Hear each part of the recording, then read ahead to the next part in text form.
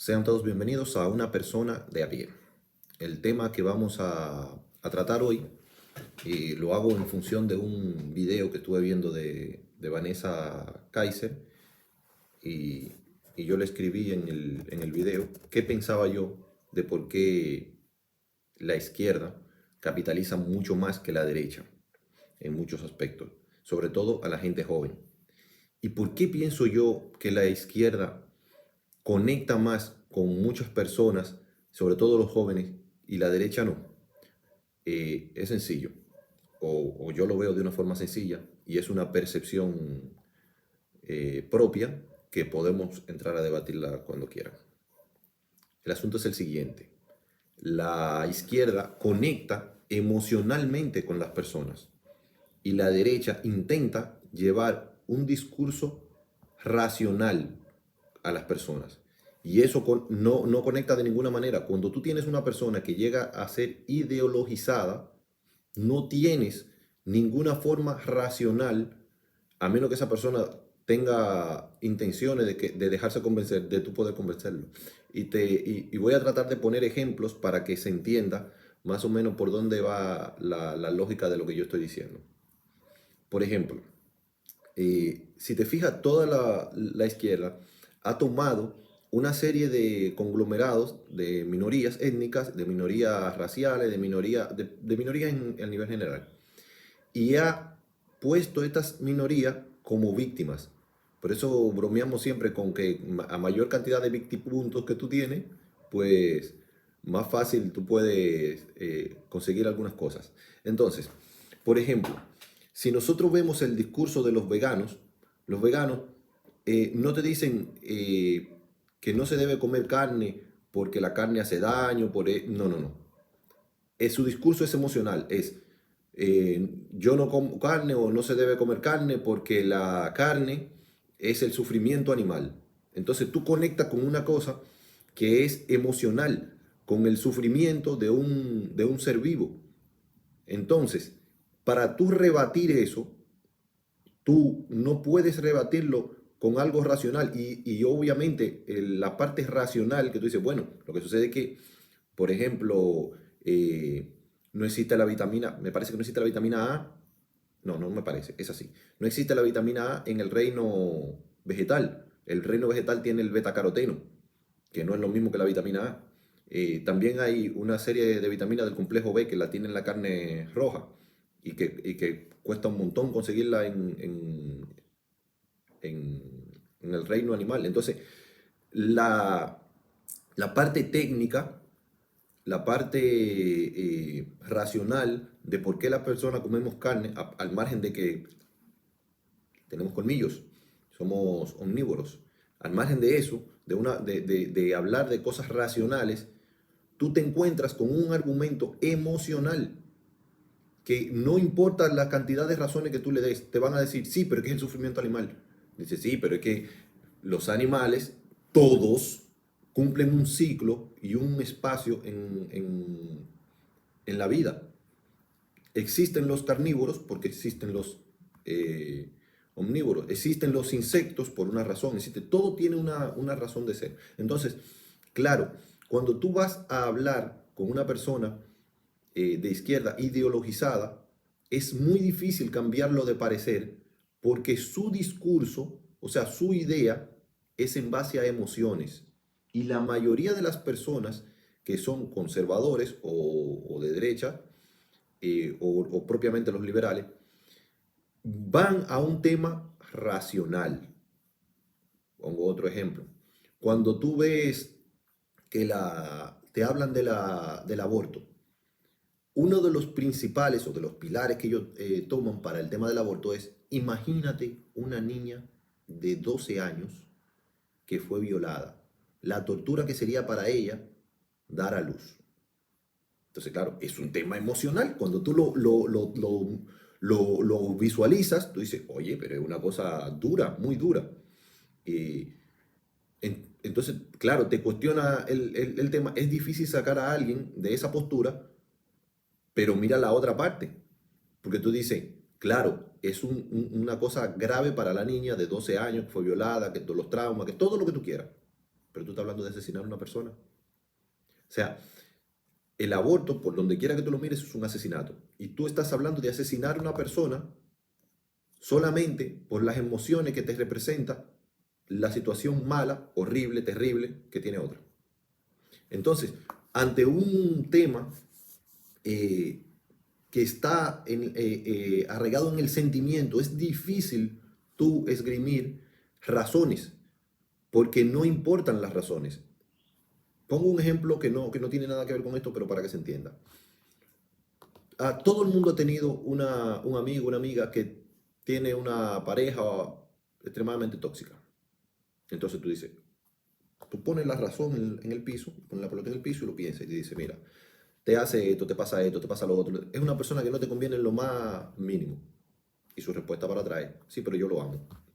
Entonces, ante una situación emocional, la mayoría de las personas que conectan con esa emoción tiran por el aire cualquier razonamiento. No les importa en lo más mínimo cualquier razonamiento. Entonces, contra eso es muy difícil de pelear. Es extremadamente difícil de combatir. Porque hasta que la persona no madura lo suficiente como para entender racionalmente, pues no hay nada que hacer. Poniendo el mismo ejemplo de la persona que está en una relación tóxica. Muchos de ellos, después de que ya le pasa de todo, entonces, ponte un ejemplo, un caso de una mujer que decida estar con un hombre tóxico, que la maltrata, que todo lo que tú quieras, y que es un irresponsable en todo el punto, a todas luces. Después que tiene 4 niños, el tipo se va y la deja. O ella decide irse porque el tipo es un abusador. ¿Me entiendes? Ella tuvo que pasar un montón de cosas para que sus emociones, o sea, su razón venza sus emociones. Es complicadísimo el tema. Entonces, con eso, pongo ese ejemplo porque es en absolutamente todos los temas. Todos. Vemos, por ejemplo, en Chile el problema del terrorismo en la macrozona sur, en la Araucanía. Y la izquierda te dice, sí, pero es que militarizar la zona no resuelve el problema, porque eso es agravar el problema, un tema emocional. Pero la realidad es la siguiente, es que si hay más militares en la zona, pues hay más posibilidades de que no se cometan ningún crimen. Pero si tú vas al tema racional de por qué militarizar la zona, a ellos no les interesa. Ellos lo que hablan es, no, es que tú no puedes estar en guerra con tu propio pueblo. Volvemos a lo mismo, un tema emocional sobre un tema racional. Y tú lo puedes eh, ver con absolutamente todos los temas. Tú te fijas, por ejemplo, el tema de los populistas, que los populistas entregan bonos, esto, lo otro, versus la realidad. Tú dices, bueno, entregar estos bonos de esto o de lo otro a mucha gente que realmente no es verdad que lo necesiten, o sea, no en todos los casos, obvio, pero por ejemplo, cuando se entregan bonos abiertos así que le caen a todo el mundo, no es verdad que todo el mundo lo necesita. Cuando se hacen subsidios así abiertos a todo el mundo, no es verdad que todo el mundo lo necesita. Entonces, eso, claro que llama a gente porque es una campaña literalmente emocional. Porque tú estás conectando, tú dices, bueno, mira, el gobierno me da, el gobierno me provee cosas, pero es un tema emocional porque la cantidad de cosas que te da es nada con relación a si no gastara todo el dinero que gasta en toda su burocracia, en todo ese aparato político gigantesco y te cobraran mucho menos impuestos. Si tú te pones a pensar la cantidad de impuestos que tú pagas con relación a lo que te devuelven en un bono es, pero una ridiculez. Si tú ves, por ejemplo, los sueldos de los políticos con relación a lo bueno que te pasan, es una ridiculez. Pero la gente conecta con esas emociones.